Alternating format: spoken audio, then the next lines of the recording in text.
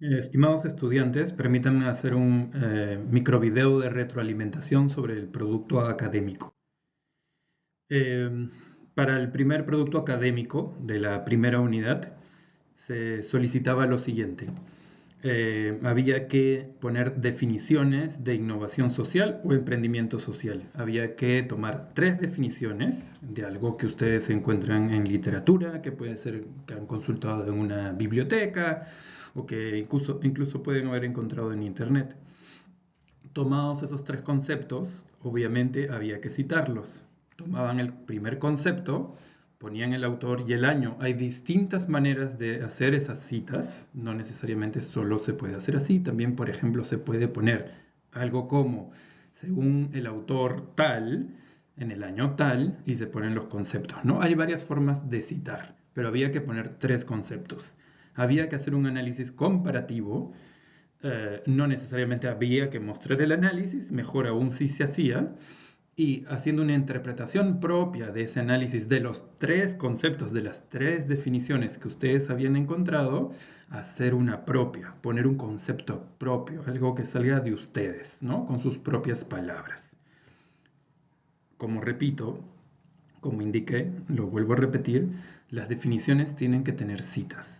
En esa primera diapositiva o en el número de diapositivas que ustedes hayan utilizado, no hay que poner las referencias, no hay que poner ningún vínculo al recurso. Eso se pone al final en las referencias totales, ¿no? Cuando uno pone lista todas las referencias que ha usado para todo su trabajo.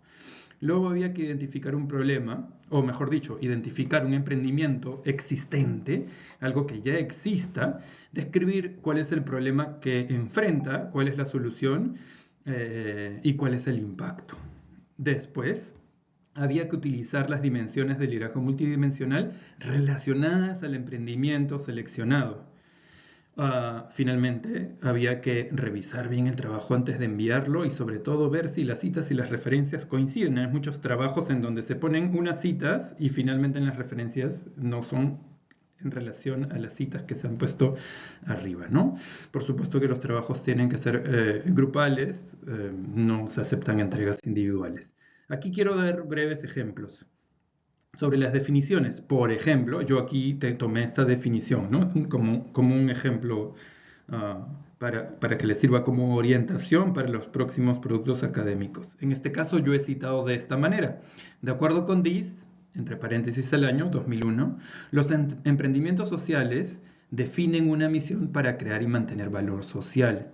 Están comprometidas con los procesos de innovación y aprendizaje continuo. Ese es un primer concepto, una primera definición. Había que tomar 2 más. Yo hago un análisis propio y concluyo, pongo, es la fusión de 2 o más ideas que enfrentan un problema centrado en la sociedad de manera original. Esas han sido mis propias palabras. ¿Ok?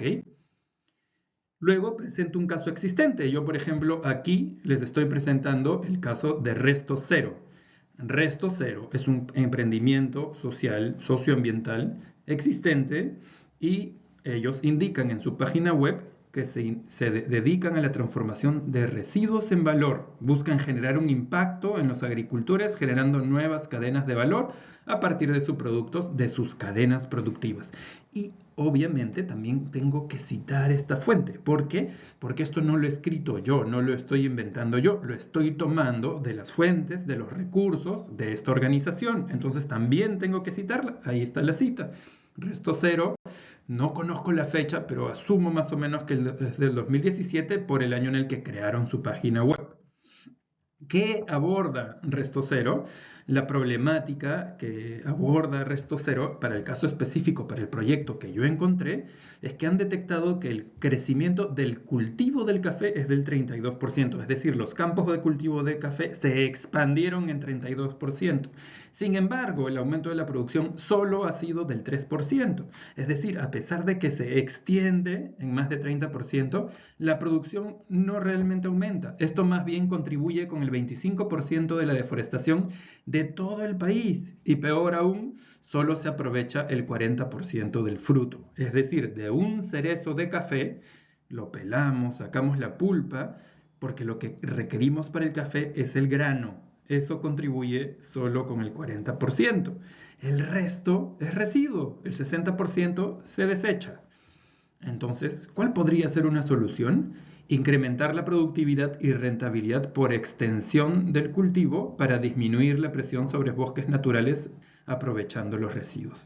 Entonces, en lugar de botar los residuos, de descartar el 60% del fruto, ahora vamos a aprovecharlo. Luego puedo explicar en la clase cómo.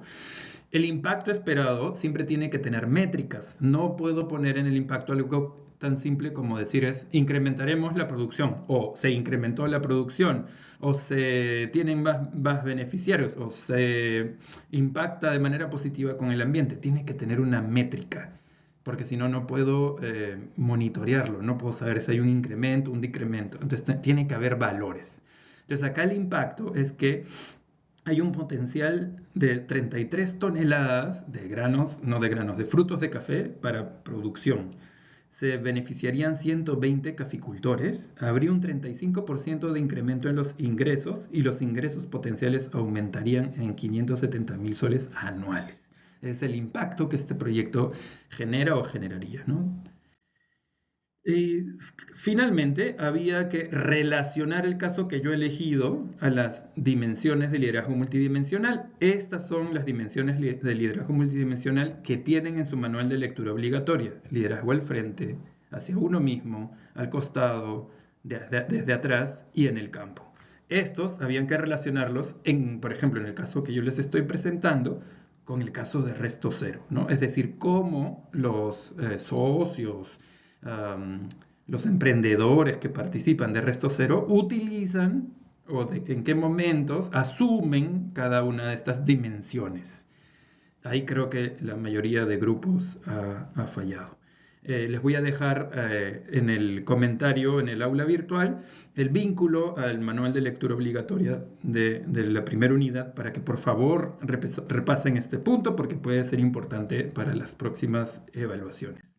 Finalmente, había que poner las referencias. Entonces, si yo inicialmente, más arriba, cité a un autor, aquí lo tengo que referenciar. En muchos de los casos esto no coincide. Cito a alguien, pero en las referencias aparecen totalmente otros nombres. Entonces, si se acuerdan del primer concepto o la primera definición que puse, coincide con la cita de Diez. Acá pueden ver ustedes arriba la la referencia hacia Diez y luego la referencia a resto cero. No tengo más, pero como ejemplo les estoy dejando o les estoy indicando que habría que indicar todas las referencias adicionales que tenga si es que tengo citas adicionales en la parte superior.